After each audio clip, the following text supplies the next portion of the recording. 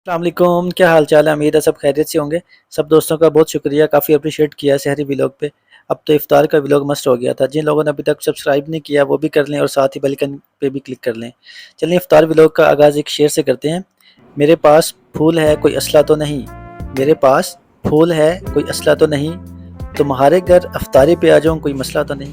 खैर मसला तो था, इसलिए खुद ही बनाने का प्लान किया। तो इफ्तार से पहले कुछ सामान भी लेना था, साथ ही मॉल पे जाना था। जल्दी से रेडी हुआ और नस बच गया।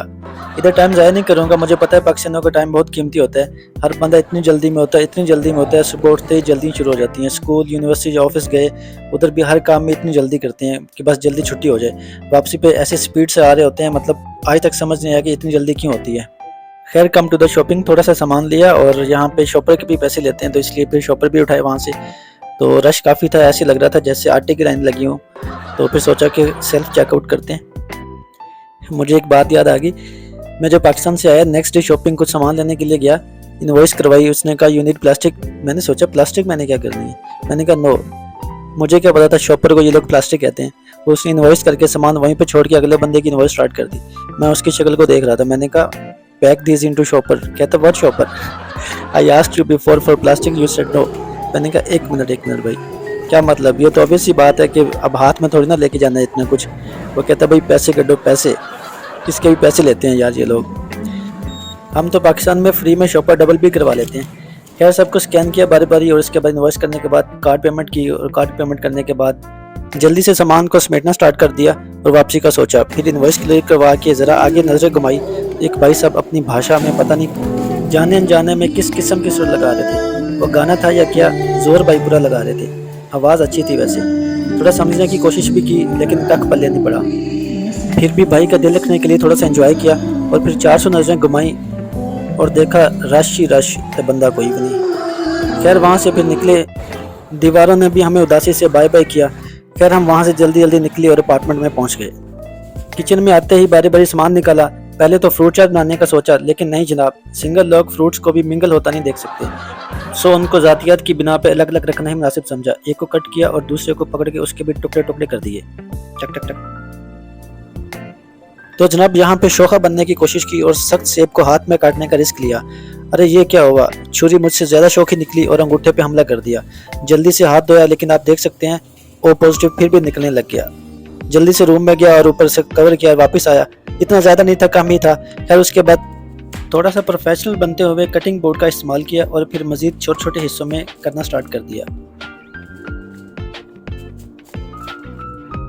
जी जनाब, तो इसके बाद बारी आती है मीठे मीठे अंगूरों की। दो किस्म के अंगूर, हरे हरे किस्म के अंगूर और काले काले किस्म के अंगूर। ये आप देख सकते हैं कितने बेहतरीन लग रहे हैं। उनको भी धो के रखा। उसके बाद खजूरों को भी धोया, खजूरों को भी धो के एक प्लेट तैयार की। यहाँ पे खड़े खड़े मुझे एक शेर याद आया, तू एवें चंगा लगदा है, तू एवें चंगा लगदा है जिवें वक्त इफ्तार ते रूह अफजा। वाह वाह क्या कहने, महफिल लूट लिया आपने, महफिल नहीं बल्कि इफ्तारी लूट लिया आपने। फिर उसके बाद ये अंगूठा मुझे तंग कर रहा था, लेकिन अब क्योंकि सेट हो गया था, ये आप देख सकते हैं कि बिल्कुल ओ पॉजिटिव बंद हो गया। तो उसके बाद उसको अच्छी तरह से मिक्स किया और टैंक को पकड़ा और टैंक को खुले दिल से उसमें डाला ताकि एक अच्छा सा कलर भी बन जाए। और टाइम देखा, टाइम तो अभी काफ़ी पड़ा हुआ था। खैर उसको फिर हिलाया, इतना हिलाया जितना हिलाया जा सकता था, फिर भी एक हाथ से कितना हिलाया जा सकता था। और आज भी बर्फ़ ने साथ नहीं दिया। तो खैर उसको वापस रख दिया और फ्रोजन चीज़ों की तरफ आ गए, जिसमें सार्डिन रोल का पैकेट निकाला, नगेट्स निकाले सिर्फ 2, और समोसा भी निकाला और फिर दूसरा भी निकाला और समोसों का पैकेट फ्रिज में रख दिया और सार्डिन गुलुम की तरफ आ गए। छुरी से उसका गला भी फाड़ा। ये मलेशियन पफ है, इसके अंदर थोड़ी सी फिश होती है और बड़े मज़े के होते हैं। एक ही निकाला तो उसने मुझे कहा मुझे क्यों निकाला। मैंने कहा ये तो आज तक उसे भी पता नहीं चल सका, खलो जा इड्डा तू आहो। फिर उसके बाद फ्राई पैन निकाला और मल मल के धोया और चीज़ों को फ्राई करने का प्लान किया।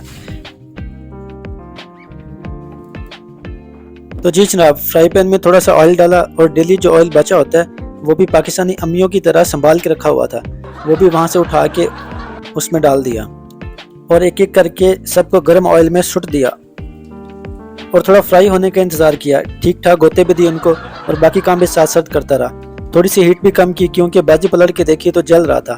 मैं एक सेकंड के लिए उधर देखूं तो फ़ौरन जल जाते हैं। खैर यहाँ पे मुझे थोड़ा सा इंतज़ार करना पड़ा। एक को निकाला तो दूसरा मेरे हाथ में नहीं आ रहा था। जैसे आजकल के बच्चे बड़े शैतान हैं, हाथ नहीं आते, तो ऐसे नहीं आ रहा था। फिर उसको ज़ोर ज़बरदस्ती करने के बाद उसको निकाल लिया और उसके बाद सार्दिन गुलुंग को भी निकाला और जो नगेट्स हैं उनको थोड़ा सा फ्राई होने का इंतजार किया। थोड़ी ही देर में वो भी काले होने शुरू हो गए थे। खैर उनको भी जल्दी जल्दी से निकाल लिया ताकि मजीद काले ना हो जाएं। ये सब करने के बाद बर्फ की तरफ हाथ बढ़ाया कि अब तो जम गई होगी, लेकिन नहीं जनाब, ये भी मुल्क के सियासतदानों की तरह ढीठ थी। खैर जैसे तैसे करके उसी पे ही गुजारा करना मुनासिब समझा। फिर इसको अच्छे से मिक्स किया और थोड़ा सा पानी भी ऐड किया। तो जी जनाब, इतनी मेहनत करने के बाद वो लम्हा आ चुका था, यानी कि ठोंसने का। तो जल्दी जल्दी भाग भाग के सामान को सेट किया और उसके बाद कैमरे को उठाया और उसको हर एंगल से जूम किया ताकि अपनी मेहनत पे ज़रा खुशी भी मना ली जाए। ये जो राइस आप देख रहे हैं ये मैं मॉल से ही लेके आया था फ्रेश। फिर हमेशा की तरह अच्छा सा पोज बना के एक पिक बनाई और दुआ भी मांगी। दुआ से याद आया कि इस रमज़ान में जितने पाकिस्तानियों ने दुआ की है ओवरसीज़ बनने की, अगर कबूल हो गई तो लगता है पाकिस्तान में बस भुट्टो ही रह जाएगा। और यार ये रोज़े तो फ़र्ज़ हैं, लेकिन ये समझ में नहीं आता पाकिस्तान में पकोड़े किसने फ़र्ज़ किए। खैर मैंने तो नहीं बनाए, क्योंकि तुझ पे बहुत है मुझे भरोसा, तू ही मेरा पकोड़ा, तू ही मेरा समोसा। रोज़ेदारों रोज़ा खोल लो।